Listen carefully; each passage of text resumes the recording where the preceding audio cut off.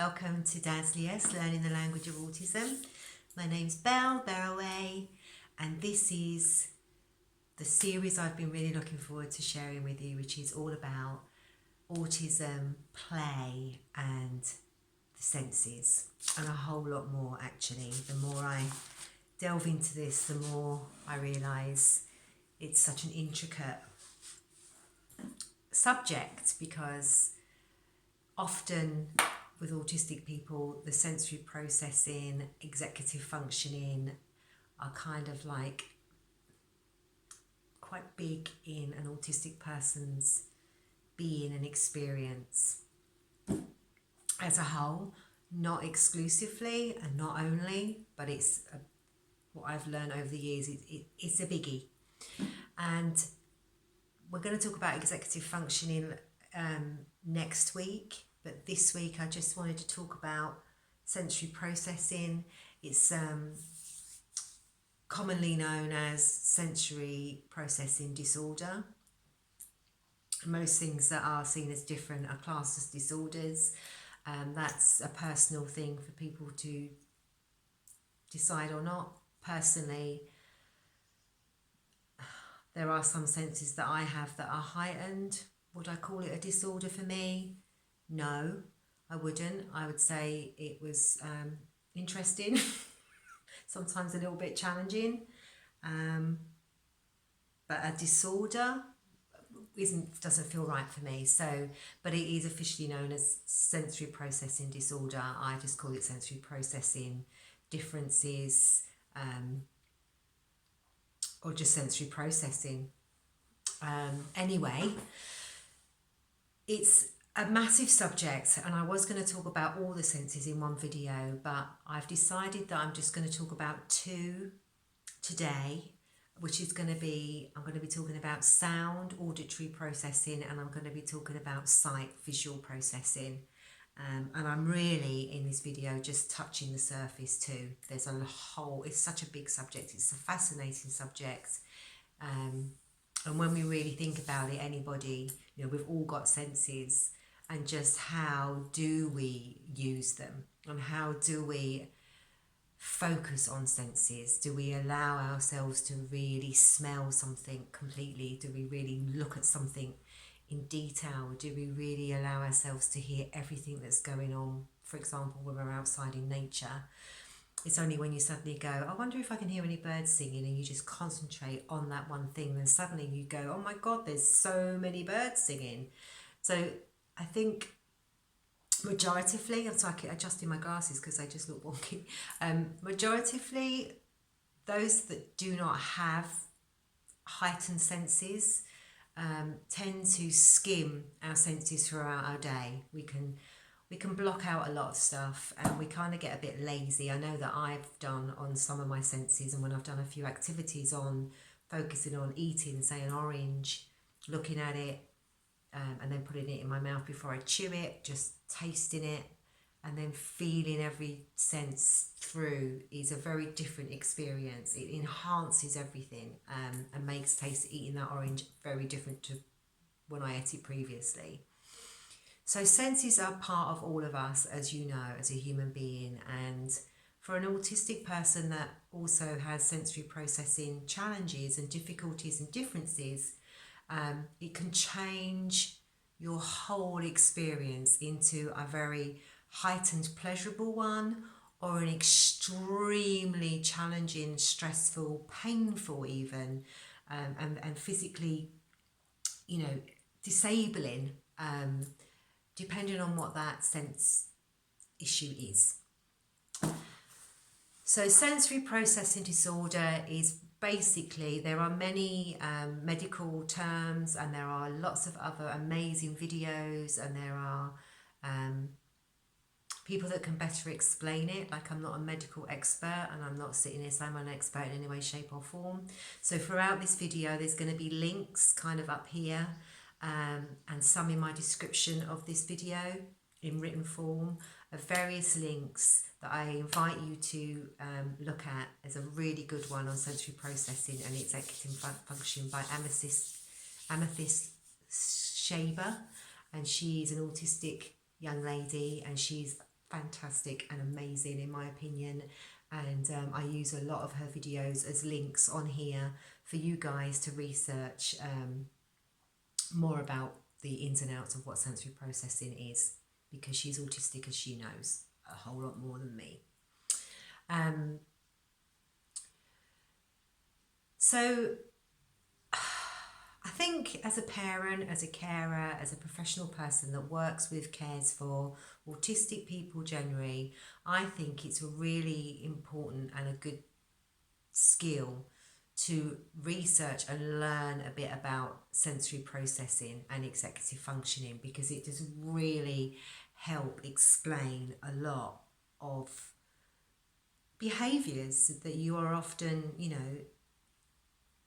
with, which can sometimes be difficult to fathom out or understand. And I think once you understand why someone behaves in a certain way, because behaviour is communication, if you don't understand that, and rather than just kind of stop it or say that's not, we're not accepting that kind of behaviour and leaving it there, it leaves both of you nowhere. Because if the behaviours start happen again, which they inevitably will if it's a sensory situation, it's something that person can't help, and then it happens again and again and again, then often, there's a relationship breakdown. The other person gets upset, they get frustrated, sometimes they get angry, they see it as a discipline issue and a non-compliant issue, when 99% of the time, I would say, with an autistic child person, if they are continuously showing those particular behaviours that you're saying aren't acceptable and they still keep doing them, then there's obviously a valid reason. And normally it's sensory processing that has a big hand to play in that. So it's really, really, really a really good tool, and really important, I think, to help you have a really loving and understanding and compassionate and fulfilling relationship with a young child, particularly who's autistic, and especially if there isn't any verbal language at all. These are the things that will make your life as a parent and as a professional, it will make it easier in the relationship with your autistic person, and it means that your autistic person will feel seen, heard, validated, cared for, safe. They'll feel they can trust you. Honesty is the best policy with every human being. And what I have found as well with autistic children and adults is, if you're a neurotypical person and you're just not understanding what they need or what they're saying they want through behaviours, then you say that. You say, I know you're trying to tell me something, but I just don't understand what it is. I can't understand you because of my limitations. But anyway, back to this. So I, a little while ago, did a big series on food and the senses, and I broke every sense down and as to how that can relate to food experiences. So I will put those videos on at the end of this one, links, because that might help compact and impact what we're talking about here today. So sound processing, auditory processing. My son, he has auditory processing challenges and enhancements and all sorts of things going on. So I feel that this one particularly is, this is the one that's really the biggest in our household. So I've learned a lot about it. So like I say, I'm just tipping tiny smidges of this. I'm just giving some examples and a little taster for you guys to research yourself, or if anybody wants me to talk about it in any more detail, in any more depth further along the line, then comment and say, and I will be happy to do that. So sound auditory processing. Sound, often you'll see an autistic person that has this that will walk around with their fingers either in their ears, or like my son does, he kind of has learned to control the volume content going into his ears by just closing the outside of his ear here, and just pressing around somewhere around here. He's learned to do that himself. It's a very common one, and sometimes they'll just put their hands over their ears like that. So headphones, ear defenders can be a really good tool, or some maybe some if they like music, you can put earplugs in with their favourite music playing, or music that they like playing, and trust me, often a lot of parents will think, oh, well, I don't want to put them on because they're not going to be able to hear what I'm saying to them, they're not going to be able to hear anything. They can. They really can. It's not, another thing that can often happen, which we did when George was really little, was at first, I thought maybe he had a hearing impairment and that he couldn't actually hear anything, because I'd call his name or certain sounds would happen around him and there would be no response at all. And again, you get your child checked out. I'm not a medical expert. Sometimes it is because there is a hearing impairment, and it's not just to be assumed it's a sensory thing. We must make sure we care for the whole person, the whole body, the whole child. But I'm talking about sensory processing. I'm not talking about hearing impairment. I'm not talking about blindness or anything like that. I'm talking about healthy ears that hear. But with a sensory processing situation, it can often look like they can't hear you. And they can. So get their ears tested if that is necessary, and then if all that is okay, then you know what you're dealing with. So often sound isn't just about the volume of something. It can also be about the tone. It can be about the octave that the resonance is at. It can be about echo. It can be about vibration. It can be about frequencies and really detailed stuff. So it's like breaking down the auditory sense in fine detail, and that's what I find fascinating about autism and all this whole sensory stuff, is it really invites you to really look carefully at each sense, and you also learn a lot about yourself. It's really interesting. So what I have often found, not only with my son but others, what I've learned, which is amazing, is that sometimes George will be walking around and he'll put his fingers to his ears to quiet stuff down, and we're not in a noisy place. So we're not in a place where there's lots of volume sound, going on.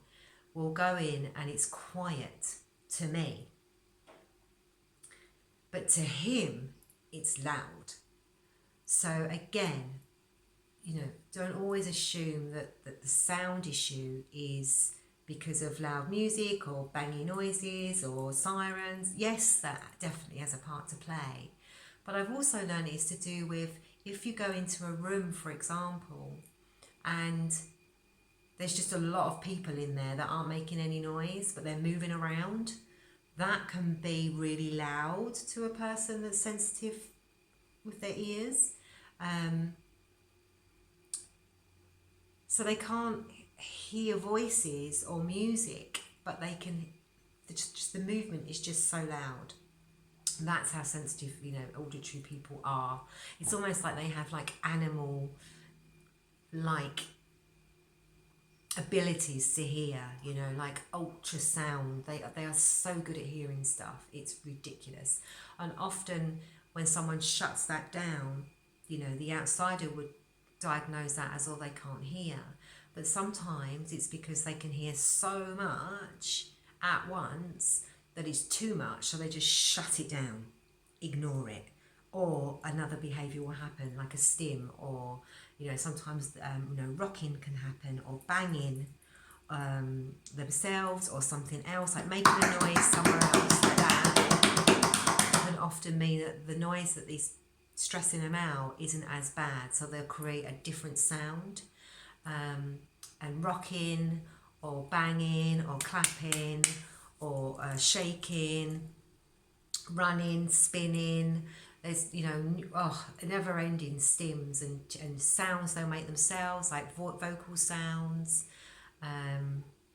George does a lot of that, and it could be to do with that. So there's a lot to think about as a parent or a carer with an autistic person. So when you start looking into all this stuff and really kind of sitting back and wondering and going, I wonder if, Google it, look at it, try and research it.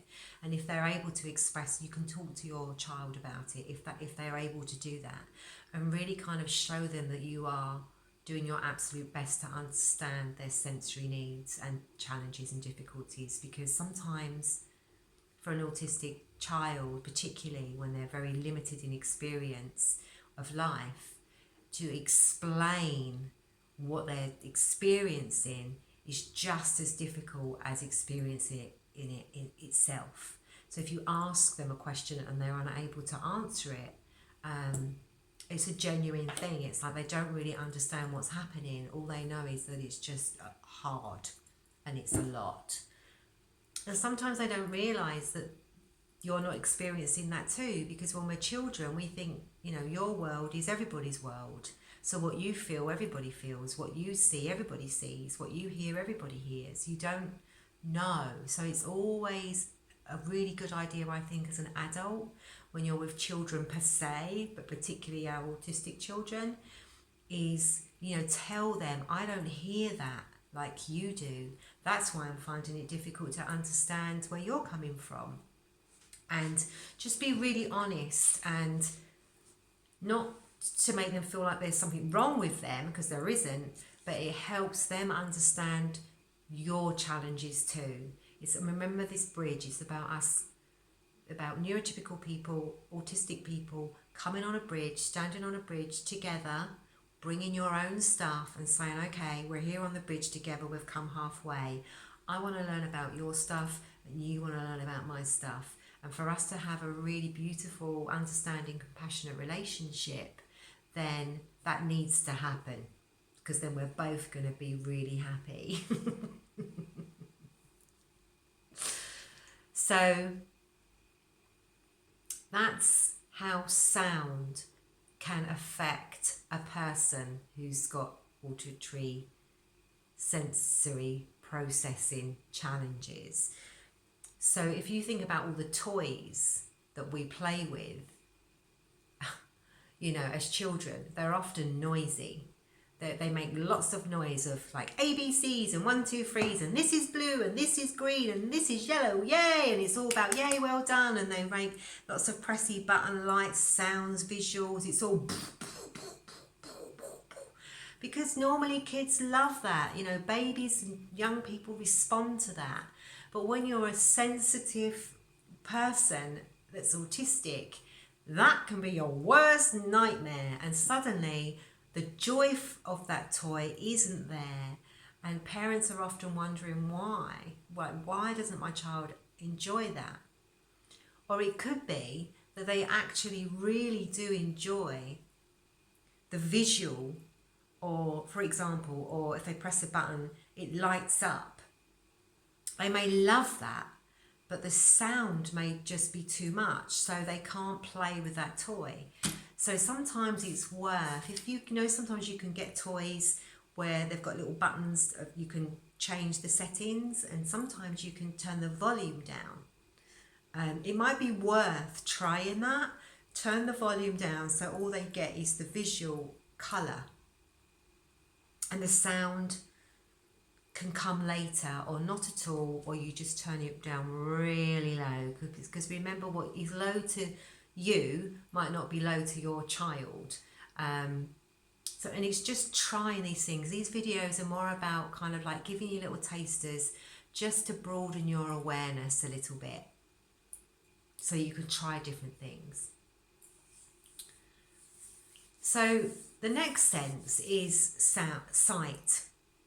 A visual sensory processing. So, if your eyes are well and healthy and you can see everything, and obviously, again, eyes can be checked out. Don't just assume it's a sensory thing, but once that's sorted and you're pretty sure that it is, and you know that you're dealing with a sensory situation, and not an actual problem with the eyes, then, you know, sight is like, is colours, it's shapes, it's size, it's the volume of something, as in the, you know, the mass of it, the bigness of it, the weight of it, the angles, the depth. It's not just about just looking at an object. I've noticed, you know, a lot of children, when they're young and they're given toys to play with, the first thing they'll do is they want to touch it. They want to pick it up and they want to hold it. And then, you know, they want to smell it or rub it around their nose. Then they want to taste it. Sometimes they want to bang it on themselves. Sometimes they want to do this with it. All sorts. Sometimes they want to throw it. Sometimes they want to throw it in the air. There's so many different things that an autistic child could do with an object or a toy that might look a bit weird to a non-autistic person. But trust me, they are exploring that item in every way possible. They really do. Like my son did. He used to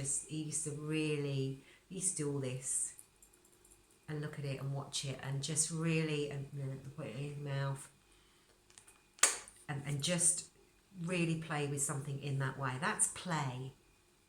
That's not traditional play, but it's valid play. It's valid for that child. It's so valuable that they are allowed and encouraged even, and just supported in feeling their way around an object. Just because a toy is designed to do something and we've paid the money for it as a parent, don't, you know, expect your child or assume that your child is going to do that thing with it. They may have other ideas and they may need to do those things, and then as soon as you start pressing buttons and making it do all the things it can do, it's like ah, and then you'll get behaviours like throwing, breaking, you know, if they don't like it. So these senses thing is massive. So if you have got a visual sensory processing difficulty, it could be that you see things much brighter. So colours could be really bright, brighter than bright. Objects might, like a bit like when you're dyslexic and letters grow and jump around and jumble up and do all sorts of funky stuff. Sometimes visually that can happen too for an autistic person. So, you know, a cup can look like it's going whoop, whoop. Sometimes it can look like you can put your hand through something and they try to and then they realise they can't. It's really fascinating. And it's such a huge subject, like I say. So it's all these things, like when they're young and they're little and you're watching them, like really have these things in the back of your mind as to, like, do you recognise any of these things in your child that's in your care? You know, is this any of this ringing any bells? And then you'll understand why they need to play, how they need to play, and you know, and not to worry about it, because they are, in their own beautiful way, making sense of who they are and where they fit in their own bodies, in their own minds, in their own understanding, let alone everybody else's. Like, you need to give the autistic child time, and that sometimes needs a lot more time than the average, you know, neurotypical kid. A lot more time. Like sometimes we're talking months, sometimes we're talking years of skills. Some skills they will learn quicker, and some skills they may never learn completely 100%. And sometimes they learn them and then they kind of go back. They don't go back, they kind of like, if they're overwhelmed too much, it can look like they're going back, but then they'll just go back, they'll reset and go back to the beginning because they need to go through it all again. That's another subject. That's another really interesting one. So, I mean, you can just keep going off on tangents with these senses. I'm trying really hard not to do that.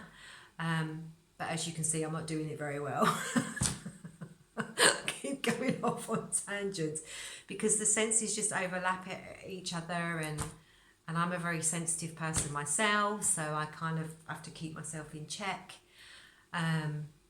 So just from those two small descriptions of sight and sound, just those two, and all the different funky things I've said might happen, can you imagine, and start to understand how sometimes some traditional toys or toys we buy can be a joy, but can also be a nightmare for your autistic child.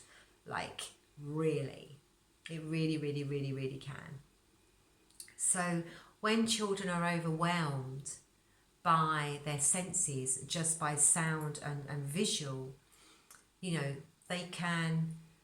behaviours can happen that are deemed inappropriate or challenging or bad, or defiant, and all of those other things come into play. So things like throwing, chewing, breaking, they could want to like carry that toy around with them everywhere they go. They might want to take it to bed. They might want to take it to school. And that's your own personal choice, but we've always honoured that in George. And if he's needed to take something to bed, he doesn't tend to do that now, but when he was younger he did. We'd let him take him to bed. One, he slept better and we went to bed without stress, and he often didn't play with it. He just often wanted it just in bed with him. He just wanted to have it with him. It was like he needed it there for some reason, and we always allowed that to happen, and it was fine. So if you can do that, if possible, allow that with your child, because of all these funky things that are going on that a neurotypical person has no idea about. Just because you don't have it and it doesn't make any sense to you doesn't mean it isn't valid and makes sense to your child. It makes absolute sense. So, yeah, it's a biggie. It's such a biggie. So next week, because I think I've said enough, I don't want to go on too long, we'll talk about the other 2-3 senses, and we'll talk about touch, and we'll talk about smell, and we'll talk about taste, or we might only talk about 2. It depends how much information I give out.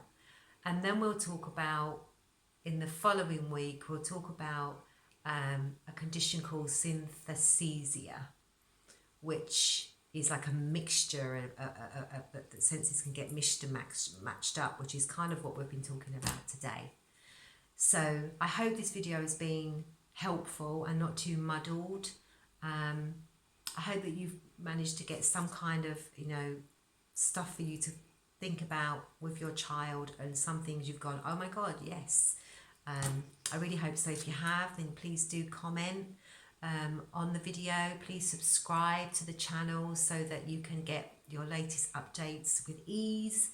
And I really welcome you to join the community, because the more we share as parents and professionals and autistic people, the bigger bag of information and wisdom we have, which ultimately is there to support our autistic children have happier, more stress-free lives. So thank you very much for watching, and I look forward to next week's video on the other senses. Thank you. Bye.